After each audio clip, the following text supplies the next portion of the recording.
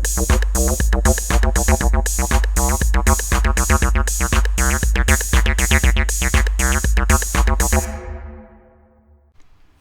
voulais présenter l'outil d'annotation de Blender. Donc les annotations n'ont pas vocation à être rendues. Ce n'est pas un outil de dessin comme le Grease Pencil, mais ça permet de créer des indications dans notre vue 3D. Ou bien ça peut avoir d'autres utilités, par exemple quand on veut briser un objet avec le Self Fracture, indiquer comment l'objet se brisera. Alors le raccourci pour les annotations, je peux presser la lettre D, donc je la garde pressée et en même temps je fais un clic gauche. Et pour effacer, je garde D pressé et je fais un clic droit. Alors j'ai des options dans le panneau N sous View et sous Annotation. Ici, j'ai plusieurs paramètres. Par exemple, je peux augmenter l'épaisseur de mon annotation avec la valeur Thickness. Je peux changer la couleur. Je vais cliquer sur le pavé couleur ici et choisir une autre couleur. Je peux changer l'opacité. Je peux rajouter des calques. Donc là, ça va me charger à nouveau ma couleur par défaut.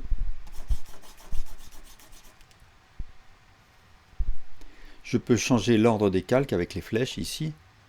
Donc là, je vais faire passer un calque devant l'autre. Je peux aussi décider si mes calques sont devant ou derrière les objets de ma scène en cliquant sur l'option In Front ici.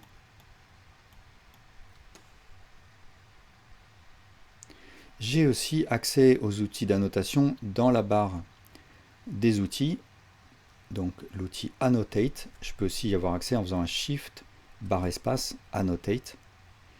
Là, je peux voir que ici, je vais avoir mes paramètres et je les retrouve dans le panneau Tool. Donc ici, je vais retrouver mes calques, mes options. Donc Annotate, ça va être l'annotation par défaut. J'ai aussi ici Annotate Eraser, donc ça va être la gomme. Et si je veux changer son rayon, je peux le faire ici en haut à gauche. Je peux le faire ici dans le panneau Tool aussi. Donc je peux augmenter sa taille là. Je vais aller dans mon calque avec la notation orange et je peux voir ici la taille de ma gomme. Donc je vais peut-être revenir à la valeur 100.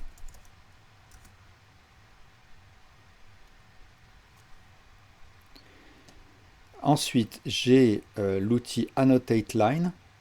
Donc ça, en tirant, ça va me créer une ligne et dès que je lâche, la ligne est imprimée.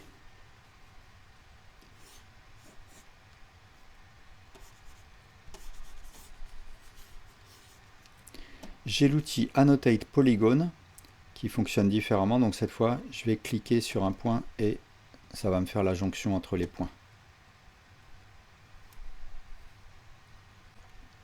Je vais revenir à l'outil Annotate et j'ai des options qui sont accessibles dans le panneau Tool ici. Les options de placement, donc je peux aussi aller chercher ici.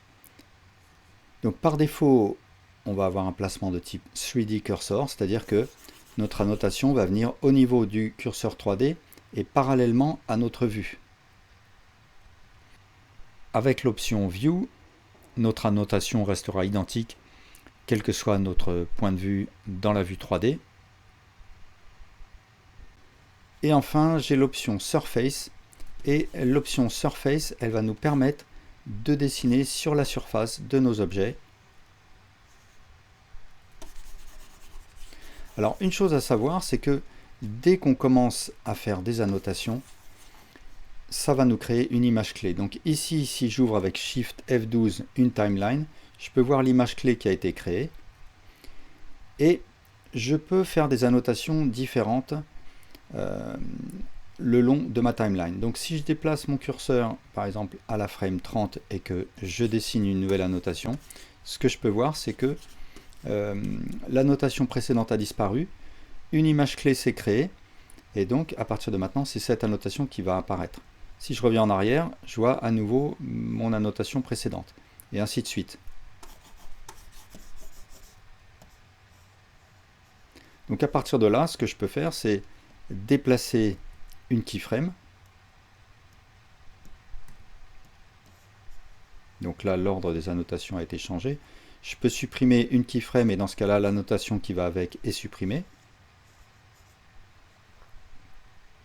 Et si je veux faire une modification sur une annotation, à ce moment-là, je me mets sur la keyframe en question et je crée ma modification. Alors si je veux qu'une annotation apparaisse et ne disparaisse pas quand je scroll, quand je me déplace dans ma timeline, ce que je peux faire, c'est aller dans le panneau View et ici activer le verrouillage.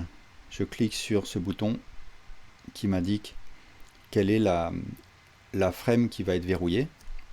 Et à ce moment-là, si je me déplace, c'est toujours cette annotation qui apparaît. Je peux créer une nouvelle annotation et elle va pas créer une nouvelle keyframe. Et à n'importe quel moment, je peux désactiver cette option. Et du coup, là, le déverrouillage me permet de voir à nouveau les autres keyframes, les autres annotations. Enfin, si je veux masquer les annotations et pas les effacer, je peux les masquer ici dans mon système de calque, ou bien je peux aller dans le panneau Viewport Overlay et décocher annotation. Voilà, merci beaucoup pour votre attention.